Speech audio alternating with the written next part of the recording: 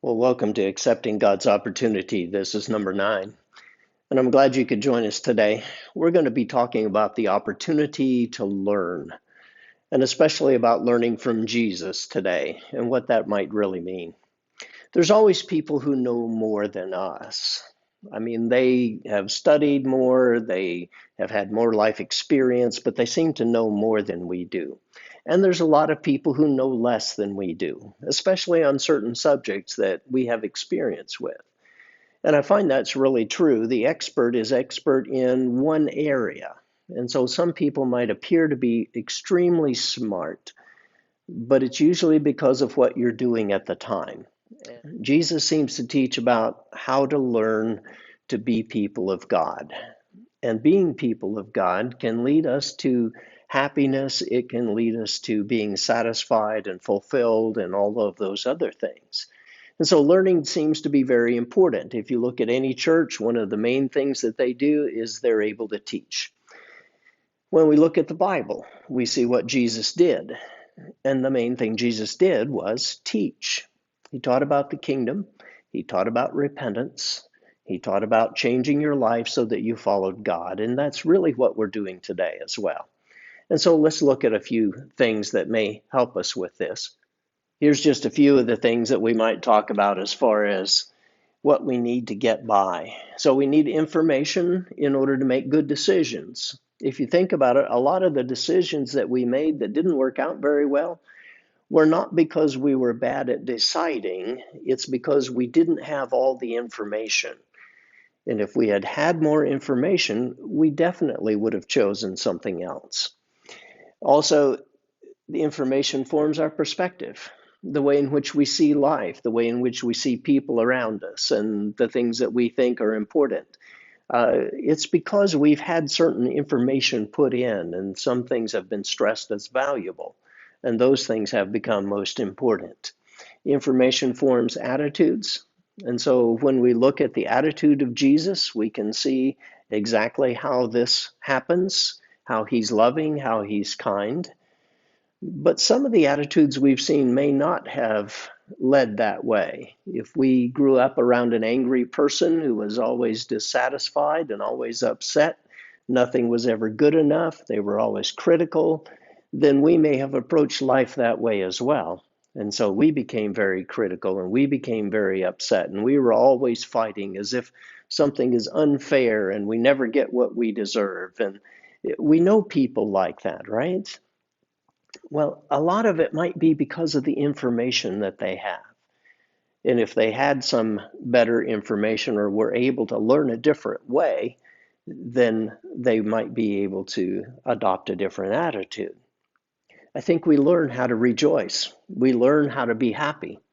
It isn't that one person's circumstance is that much better than another's, but they've learned how to be happy in it and how to rejoice in those things. It's not that life is ever going to be perfect, but life is going to be good. And so we can come to the conclusion that, you know what, this is a great day. And yes, it's not perfect, but it's a great day. And it's the way in which we approach it, and maybe because of the training or the information that we've had about it. Another one is information makes us aware of our culture. Information is about the culture in which we live, and we can see how they would respond or how we would respond to the culture around us.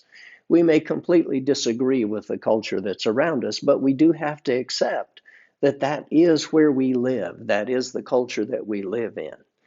And so before we can make any decision, we need to understand who they are and what's going on, because all of those influences of culture can affect our decision and the way we choose to live. And so learning is important. We can learn about culture, but that doesn't mean we need to adopt all of it and take that as being the absolute best way. We are able to make our own choice. And so we decide the way we want to respond to culture. And we may accept some of the things of culture and feel like it's getting better, or we may not accept some of the things of culture and feel like there's much improvement needed. The last one we want to look at is information is important to having faith. Now, faith is not based on information. That's not the reason it's there, but there is a reason that we know some things in order to have faith. We have to have information about God and about who God is before we can believe in God. And so when the Bible talks in Hebrews 11 about God is and that God rewards, and that those are the two things that it wants people to know because of faith, we can take those things and realize that this is the character of God, that God not only exists, but God is a rewarder. Now, sometimes I think people didn't see that way. They saw God as a terrible, awful God who is very vengeful. He is out to get them. He is out to destroy them. And they've got to offer some kind of a sacrifice to this horrible, awful God. Well, that could change your outlook on who God is and certainly change your attitude. And so, if that's what you believed, and we see people who believe that, and they have gone to great lengths to do things to appease this angry God, all the way to sacrificing their own children. And if you believe that that would give you favor or credit with this horrible, angry God, because after all, the world is this horrible, angry place that's controlled by this horrible, angry God, well, then you might accept that as being okay. There are people like that. But that's not who we have. The fact that we have a God who is eternal, a God who rewards, a God who is love, a God who is kind, that changes things too. But how did we learn that? And I think Jesus comes to reveal God to us. And so that information that we get, that learning that we get about who God is, can help us with our outlook on life and help us change our attitude and our character into being people of God. That's what he wants, is for us to be his children and to be like him. And so Jesus came teaching and preaching. He didn't come selling books. It would be easier just to write it all down in the book. After all, we do have the Bible, and all you have to do is pass out the book, and everybody should read it. Well, everybody should read it, but Jesus came teaching and preaching to people. It was not just the passing of information. And so learning is never just about the passing of information from one person to the next. Learning is about helping that person accomplish those things and become those things and be affected by the information that is being passed. And so learning is also in how we deal with it, and learning is personal. It is about the people, not just about the fact that I have this information I need you to memorize. One of the best passages to me that talks about Jesus and learning is found in Matthew 9:35. It says, "And Jesus went through all the cities and the villages, teaching in their synagogues and proclaiming the gospel of the kingdom and healing every disease and every affliction. And when he saw the crowds, he had compassion for them, because they were harassed and helpless like sheep without a shepherd. And then he said to his disciples, The harvest is plentiful, but the laborers are few. Therefore pray earnestly to the Lord of the harvest to send out laborers into his harvest." Well, as you look at what Jesus is doing as he goes out and tries to teach people about the coming kingdom and those things that he's bringing, he goes through the cities, he goes through the villages, he's in the synagogues, he's in the place where people are. And he sees people, and as he looks at them, he's doing the gospel of the kingdom, the good news about the kingdom of God. And yet, what he finds is people who really need some good news. He calls them harassed and helpless. They're just wandering aimlessly. They have no direction in their life. They don't know what meaning is for life. They just are trying to get by, and that's all. They don't know where they're going or what to do, and he has compassion for that.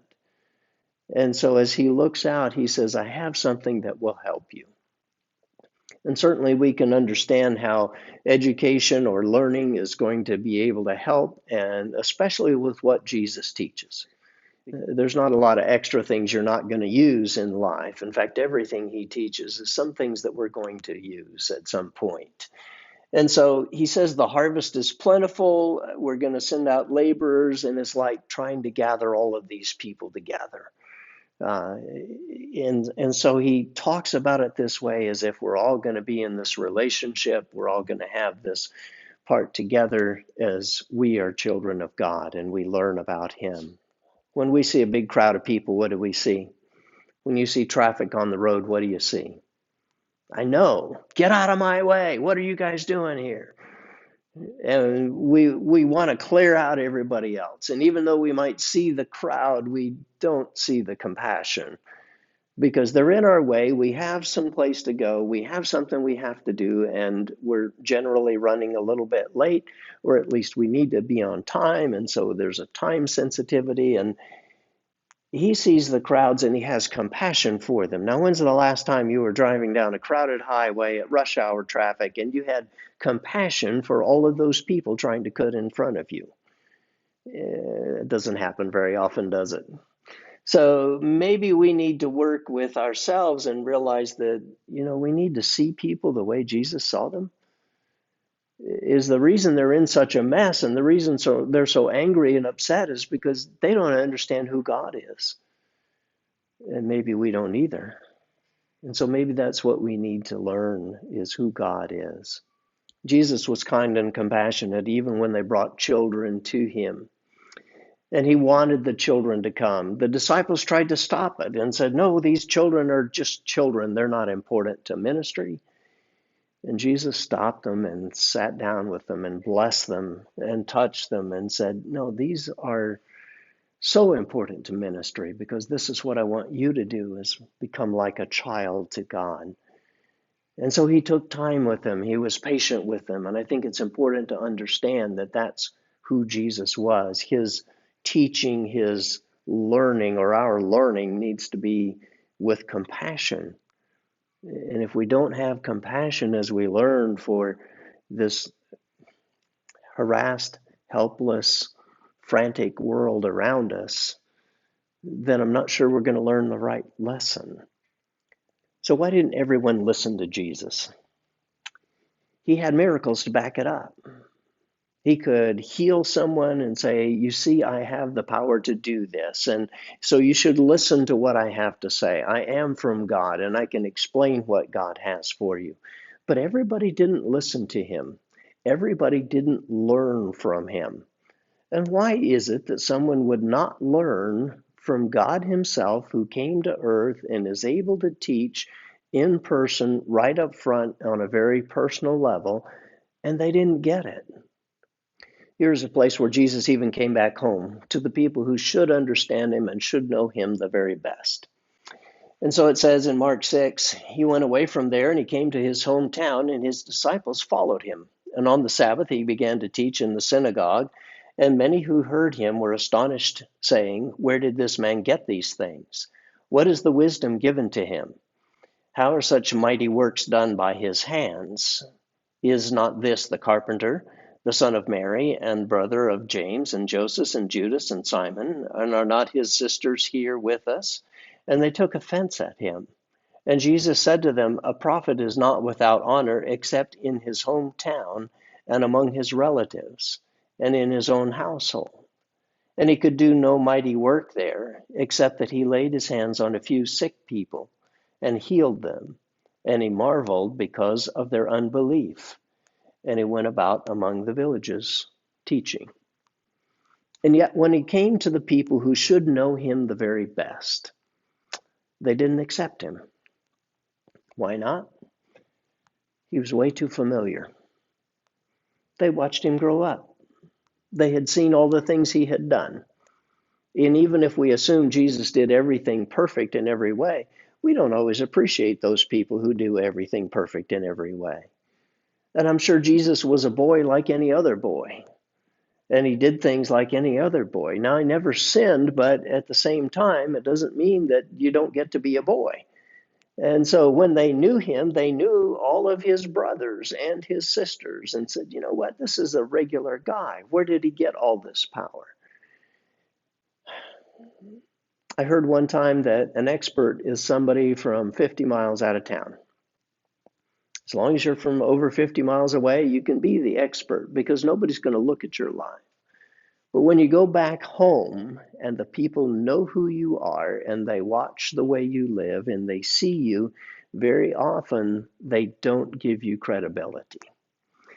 We have to have letters after our name: PhD, MD, CPA, some kind of letters after your name that says, I've been to a school and I understand more than you do, so you should treat me as smart. We don't always do that, especially to people that are just like us that we grew up with. And that's what happened with Jesus here. He came to his hometown and people aren't going to accept him.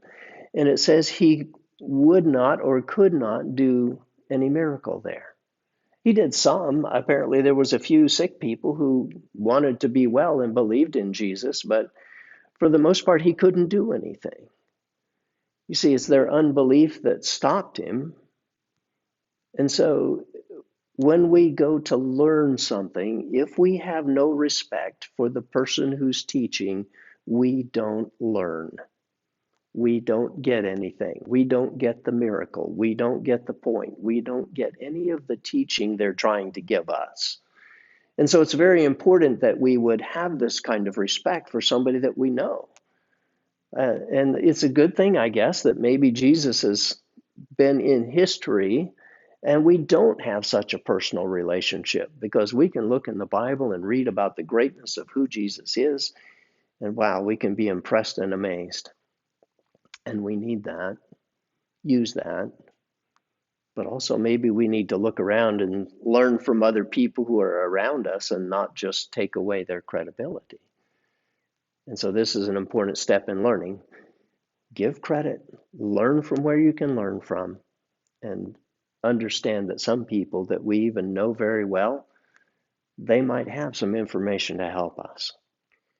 Jesus called Matthew to be one of his disciples.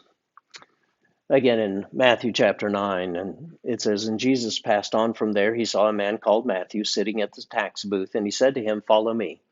And he rose and he followed him. And as Jesus reclined at table in the house, behold, many tax collectors and sinners came and were reclining with Jesus and his disciples. And when the Pharisees saw this, they said to his disciples, Why does your teacher eat with tax collectors and sinners?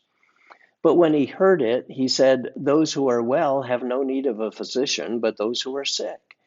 Go and learn what this means. I desire mercy and not sacrifice, for I came not to call the righteous, but sinners. And so as you look at this passage, we realize that the culture in which they lived was very, very different. They judged and they thought sin was connected to a person.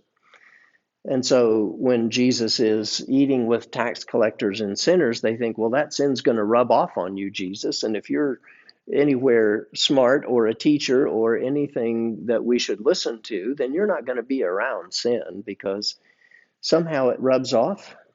It doesn't. It can influence, but Jesus is there because that's where the sinners are. And he came to call people who needed him, and they thought they could be more righteous and they could be above it all. And that the better you were, at least the better at pretending, the better things were. And Jesus comes to call us at our weakest point, at our lowest point. And so he calls Matthew. He's at the party with Matthew's friends. He gets the criticism, and he says, Go learn what this means. Well, why would you say that? Because they haven't gotten it yet. And no amount of explaining Jesus can do is going to teach it to them.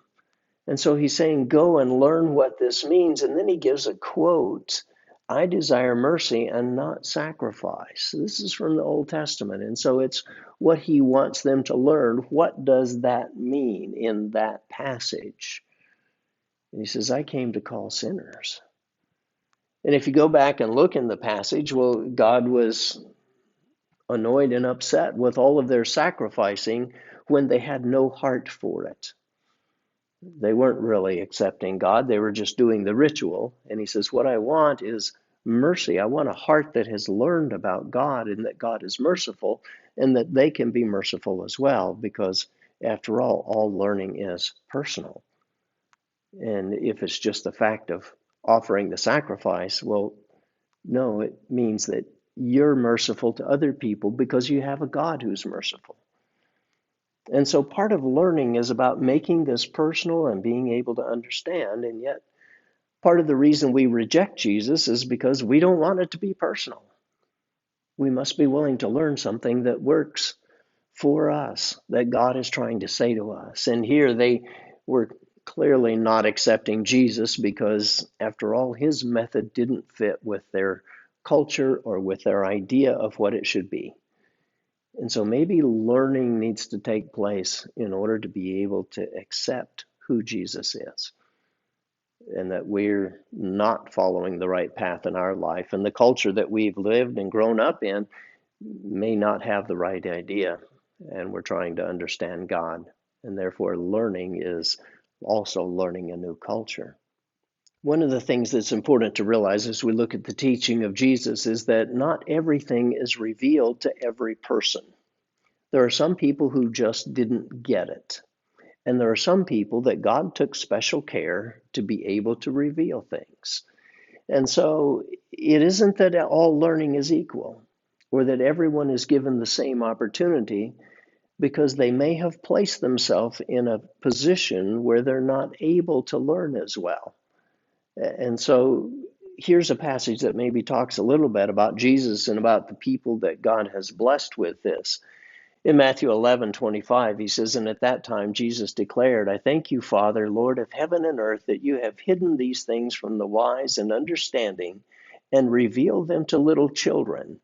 Yes, Father, for such was your gracious will. All things have been handed over to me by my Father, and no one who knows the Son except the Father, and no one knows the Father except the Son, and anyone to whom the Son chooses to reveal him. Come to me, all who labor and are heavy laden, and I will give you rest. Take my yoke upon you and learn from me, for I am gentle and lowly in heart, and you will find rest for your souls. For my yoke is easy and my burden is light." And so as you look at the beginning of this, Jesus is rejoicing that God has made this easy, that God has made this simple. And it's not all the ones who seem to be the smartest or who have the letters after their name. He says, I'm thankful to you, God, that you have hidden things from the wise and understanding, and that they're just not able to get it. Well, is he purposely trying to make them not understand?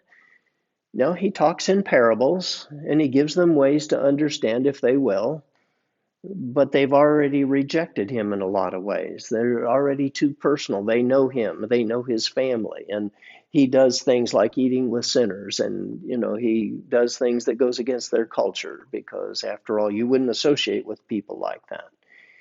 And yet he says that can stop you from believing in who God really is and what God is trying to do. And so he says, you have revealed them to little children. They get it. They understand it. It was your gracious will. Jesus has all authority. Everything's been handed over to him. He's the one who knows God. He's the one who understands God, and he's the one who's trying to explain God. And then he comes up with this: come to me, all who are heavy laden and work, labor, and I'll give you rest. Those who are exhausted, those who are doing too much already, those who feel like life is a burden, he says, come to me and I'll give you rest. Take my yoke upon you and learn from me, for I am gentle and lowly in heart, and you'll find rest for your souls. Well, as you look at what he's trying to do here, there's a couple of things that are important. He says, all of you who labor and are heavy laden, the ones who know about work, the ones who know how to work and that they have been in this before, he says, I can give you rest from that because you've been at this. You've been trying to do this. I'm not sure if the person who's never tried to do anything fits into this. But the people who know what it's like to struggle in life, he says, I can give you rest. And he does it this way. He says, I have a yoke. Take my yoke. The yoke was something that went like between two oxen, and it helped them pull together. The yoke is something that would go on the shoulders of a person, and they would balance two water buckets on the end. And so they were able to balance a load. He says, "You have to take my yoke. Without it, you don't get the rest of this. So you have to follow the rules that I give. You have to follow the teaching that I give. You have to learn from me. And if you'll accept the learning that I am able to give you, you're going to find rest for your soul." He says, "You got to know who I am. I'm gentle and lowly, and you're going to be able to get a blessing from that. It's rest for your soul." He says, "The yoke is easy, it's not hard, but it is that you have to accept Jesus is in control. It is that you have to accept Jesus is the Son of God. Jesus is the one who made all of this. Jesus is the one who knows everything. And if you give him no credibility, in other words, don't take his yoke, then you're not going to get anything. There's going to be no rest. You're going to struggle on your own, trying to do your own culture, your own rules, your own thing, your own way. And while we might think that's freedom, it leads to disaster. And all Jesus says is, I know how to do this.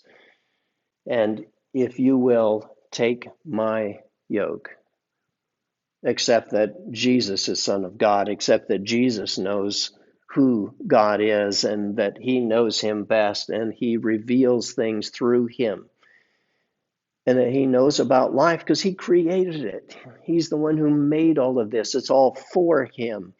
And so he would know how to make it easy. He knows how to be gentle and lowly. What a great blessing that is that we have a Savior like that. And he's able to give rest for our soul because his direction, his guidance, his yoke leads us that way. But if we fight against it and refuse to learn his way, we're going to be fighting for the rest of the time. We're not going to learn anything, we're not going to accept anything, and we're just not going to believe in Jesus. We don't learn in a vacuum. It isn't as if there's no influence. There's always an influence around us, and so we deal with the world, we deal with the culture, we deal with the information that we know, but we focus on Jesus and who he is and what he tries to teach. And so it's important that the church try to teach people because it's personal, it's about Jesus, it's the things that Jesus has revealed to us. And so we're able to see all of those things. Now, this is a much bigger topic. We'll talk about this some more. But I think it's important for us to get these things first. And first is that we get information that we understand Jesus and who he is. Second is that we're able to accept that and that it's personal. And that we do deal with the world around us that may be different. And there may be reasons why people would not accept Jesus. But we're going to get past all of those things and we're going to see who Jesus really is and what he's trying to do. And we're going to be maybe the harassed and helpless at some point, but that just means we're able to accept somebody who's got the right answer and that Jesus is able to show us a way to spiritual life. And that balances the life that we have physically. And so he shows us how to be people of joy and peace and patience and kindness and goodness. Because those people seem to be the happier people rather than the people who are angry and fighting and trying to get their way and have all of their rights. Jesus doesn't seem to worry with those things as much.